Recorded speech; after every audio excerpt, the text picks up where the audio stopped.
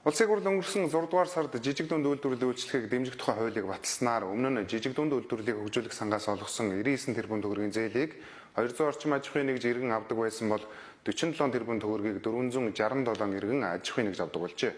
За уг нь улсын хурл жижиг бизнес эрхлэгчдэд дэмжих эрх зүйн орчныг 5 сарын өмнө ийм болгочиход 2020 оны төсвийн тухай хуулиар энэхүү ололтоо үгүй хийхээр төлөвлөснийг баялаг бүтээгчдийг дэмжих холбоо эрс эсэргүүцэж байна.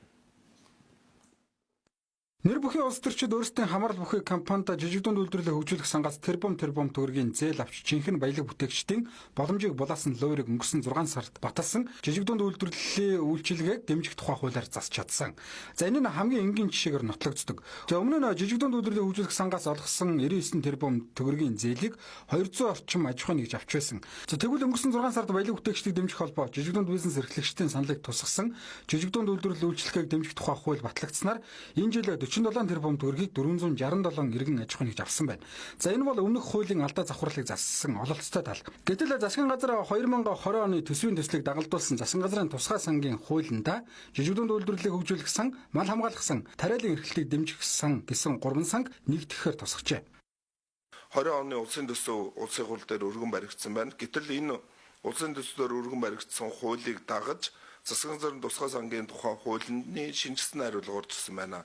Гэтэл энэ шинжилсэн хариулга дээр нөгөө одоо жижиг дунд үйлдвэрлэх баялаг бүтээгч бит бүхний хамгийн их хэрэгцээтэй санхүүгийн тогтолцоог бий болгосон жижиг дунд үйлдвэрлэлийг хөгжүүлэх санг байхгүй болгоод одоо тариалан эрхлэлийг дэмжих сан, мал аж ахуйн сан, жижиг дунд үйлдвэрлэлийг хөгжүүлэх сан энэ гурыг нийлүүлээд үндэсний үйлдвэрлэлийг дэмжих сан болгон өөрчилж байгаа тогтоолын төсөл. Энэ дээр бол манай баялаг бүтээгч холбоо бол эрс буруушаад буруу үйлдэлээ гэж харж байна. Яг гэвэл тариалан эрхлэлийг дэмжих сан, мал аж ахуйн сан ингээд нийлүүлээд жижиг үндэсний үйлдвэрлэлийг дэмжих сан ингэж болгох нь энэ нь цаанаа жижиг дунд үйлдвэрлэлийг одоо үйлдвэрлэл эрхлэгчид олгох энэ зээлийг байхгүй болгож байгаа юм болов. Одоо өөрөөр хэлбэл нөгөө тариалан эрхлэлийг дэмжих сан бол дандаа том аж ахуйн нэгж байдаг. Энд бол жидүүгийн хүмүүс зээл авдаггүй шүү дээ. Мал аж ахуйн сан ч гэсэндээ ер нь бол ихэвчлэн дандаа том аж ахуйн нэгж авдаг. Тэгэхээр нөгөө жижиг дунд үйлдвэрлэл эрхлэгчдэд олгодог хөнгөлөлтөө зээл нь байхгүй болж байгаа байхгүй. Засгийн газрын тусгай сангуудыг нэгтгэхийн ард улс төрчдийн хувийн ашиг сонирхол байгаа гэж баялаг бүтээгчдийг дэмжих холбооныхон үзэж байгаа юм байна.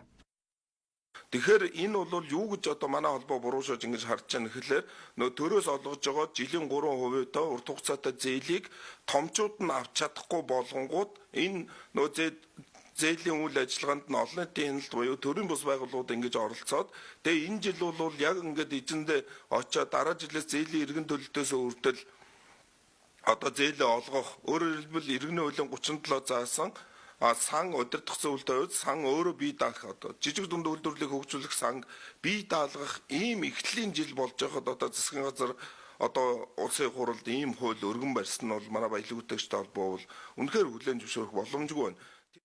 Баялаг бүтээгчдийг дэмжих холбооны зүгээс жижиг дунд үйлдвэрлэлийг хөгжүүлэх санг 2 сантай нэгтгэж байгаа нь бичил бизнес эрхлэгчдийн боломжийг дахин үгүй хийж байгаа хэрэг гэж мэдгдлээ. За иймд төсвийн хуулийг дагалдуулж өргөн мэдүүлсэн засгийн газрын тусгай сангийн тухай хуулийг тэд эсэргүүцнэ гэдгээ үгээр мэдгдсэн юм а.